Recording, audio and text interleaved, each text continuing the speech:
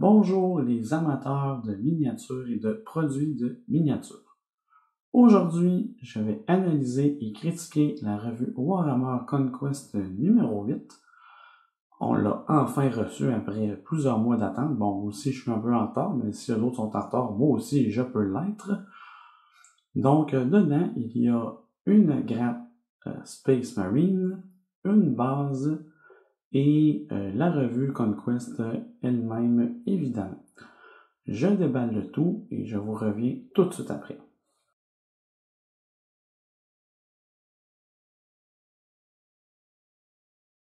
Bon, eh bien, me voilà de retour après avoir assemblé et lu le tout. Je vais commencer par la figurine. La figurine est d'une très bonne qualité pour les détails. Par contre, ça prend de la colle et j'ai trouvé un petit peu difficile à assembler. Surtout en plus, là, il y avait des très petits morceaux. Là. Il y a une genre de corde, là, je sais pas si on peut bien la voir. Pas ces cordes-là. Attendez un peu, là.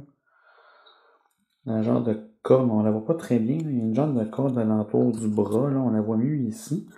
Et c'est sûr, de ce côté-là, on la voit pas bien parce qu'elle a cassé, là, elle va pas jusqu'au bout.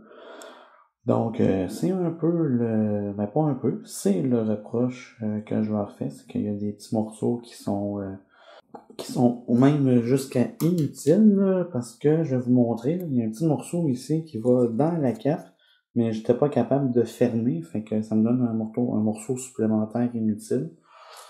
Donc ça c'est le côté négatif. À part ça, ben là évidemment c'est un beau bonhomme, bien fait.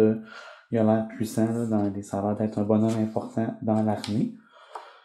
Pour la revue, eh bien, c'est plus, on nous explique qu'est-ce que c'est un librarian. On nous explique c'est quoi les armes de force. On a une petite histoire ici qui s'appelle La défense du Valus. C'est une histoire vraiment intéressante, là. Elle est très courte. J'aurais même aimé que ça continue. C'était vraiment le fun.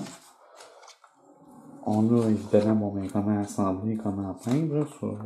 C'est toujours la même chose. Et ici, bien, on a un petit scénario qui nous fait mettre le librarian contre des Space Marines, je crois, contre les 5 Plague Marines. Ça m'a l'air pas super fair, là, un bonhomme contre 5, mais ils disent qu'il est puissant. Et aussi, faut noter là, que les Space Marines, les Death Core Space Marines, dans cette édition-là, ils n'ont qu'un point de vie, donc c'est peut-être un petit peu moins pire, là, parce qu'on sait que dans la nouvelle édition, ils ont eu une mise à jour, ils sont rendus avec 2 points de vie, là, ça serait peut-être un petit peu trop fort. On nous explique c'est quoi la phase psychique, là. Je vous rappelle qu'on est dans le numéro 8, là, donc on revient un petit peu en arrière.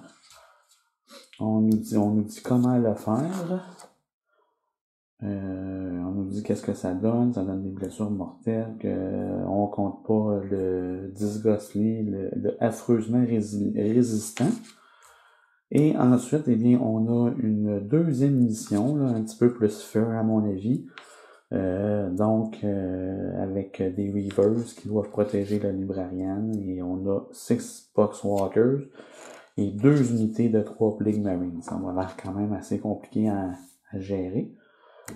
Mais c'est des Space Marines, donc probablement qu'il n'y aura pas de problème. Dépendamment évidemment, dépendamment de nos jets de dés. Donc, c'est ce qui met fin à mon analyse et critique de la revue Warhammer Conquest numéro 8.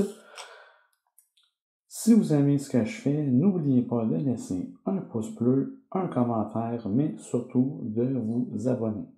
Merci beaucoup, à la prochaine.